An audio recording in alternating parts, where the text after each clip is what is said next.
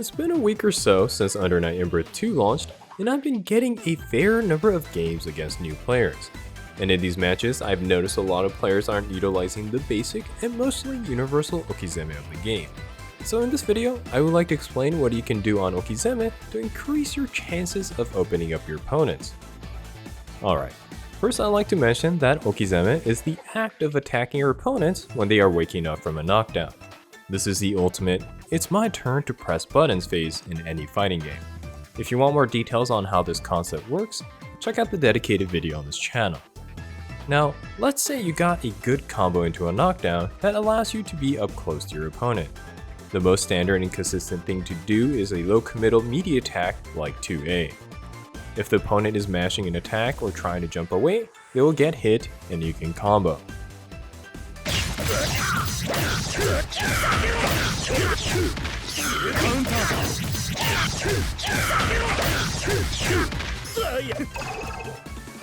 And even if they are blocking, you can continue your offense with a block string.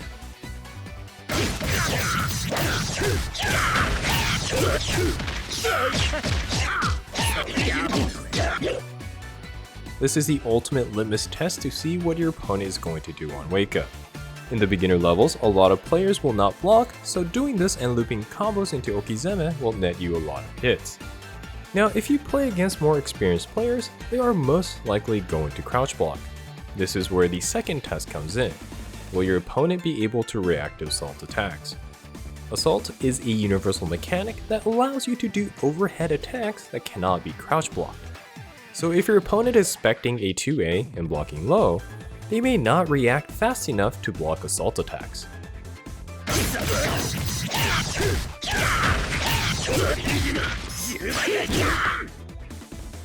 This is the basic high-low mix-up of the game. However, assault attacks are fairly slow. Most of them take more than 20 frames to come out, and it's easy to react for opponents who are concentrating on blocking. So what can we do against people who are successfully blocking both?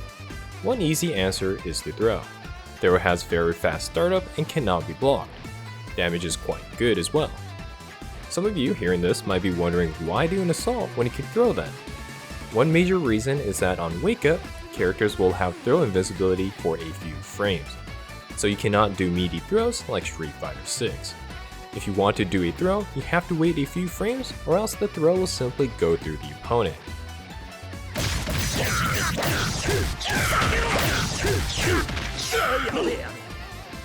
And even if you time the throw well, the opponent can do a fast attack to counter it.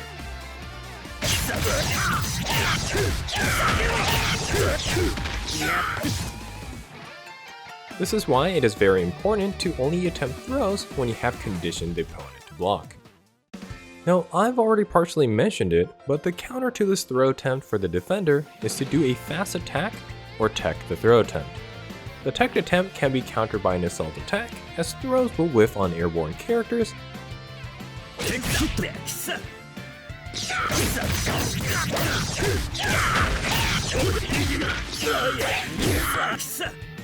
and the fast attack can be countered by meaty attacks.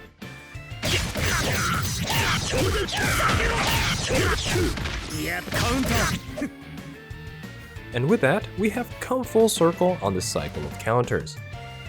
Here's a very simple flowchart that you can follow depending on how your opponent reacts to your Okizeme.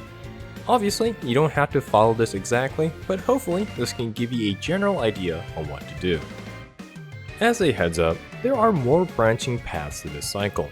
For example, defenders can do throw or attack option selects, attackers can delay moves to bait actions, etc.